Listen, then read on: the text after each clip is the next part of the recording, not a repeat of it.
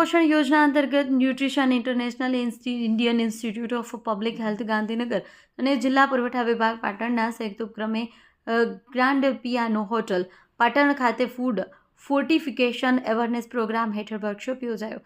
જિલ્લા પુરવઠા અધિકારી ઋષિ હેમાંગિની ગુર્જરે જણાવ્યું કે શિક્ષણ વિભાગ, ICDS અને PM પોષણ વિભાગના સંકલનથી અધિકારીઓને માસ્ટર ટ્રેનર તરીકે તૈયાર કરવાની દિશામાં મહત્વપૂર્ણ પગલું ભરાયું છે। એસ્પિરેશન્સ તાલુકા સાંતલપુરના કુપોષણથી વધુ હોવાથી ખાસ ફોકસ કરવામાં આવ્યું છે। ફોર્ટિફાઈડ ચોખા અને ડબલ ફોર્ટિફાઈડ મીઠાના ઉપયોગ દ્વારા એનિમિયા કુપોષણ ઘટાડવા પ્રયાસ હાથ ધરાયો છે।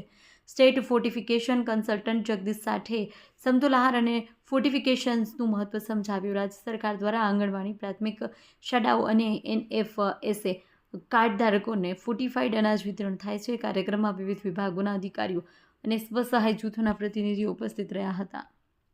તારીખ 16/2/2026ના રોજ અત્રે પાટણ ખાતે ફોર્ટિફિકેશનના અવેરનેસ માટે તમામ વિભાગો સાથે સંકલન કરીને, જેમ કે શિક્ષણ વિભાગ હતું, ICDS વિભાગ, PM પોષણ વિભાગ અને ICDS વિભાગ સાથે સંકલન કરીને આજે એક અવેરનેસ પ્રોગ્રામ ન્યુટ્રિશનલ ઇન્ટરનેશનલ સંસ્થા છે, NGO છે, એમની સાથે સંકલન કરીને એક અવેરનેસનો એક પ્રોગ્રામનો સુચારુ રૂપે આયોજન કરવામાં આવેલું હતું। તેમાં તમામ ડિપાર્ટમેન્ટના કર્મચારીઓને એક માસ્ટર ટ્રેનર તરીકે આપણે ભાગરૂપે એમને બનાવવા માટે થઈને આજે એક આયોજન કરવામાં આવ્યું છે। ખૂબ જ સરળ અને ખૂબ જ સારી રીતે પૂર્ણ થયું છે।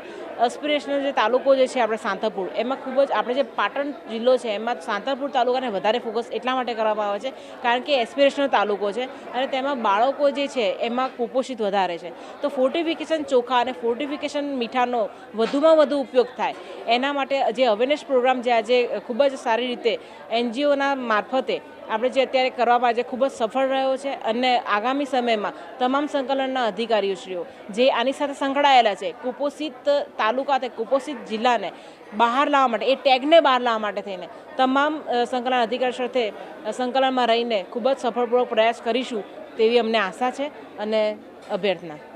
Thank you.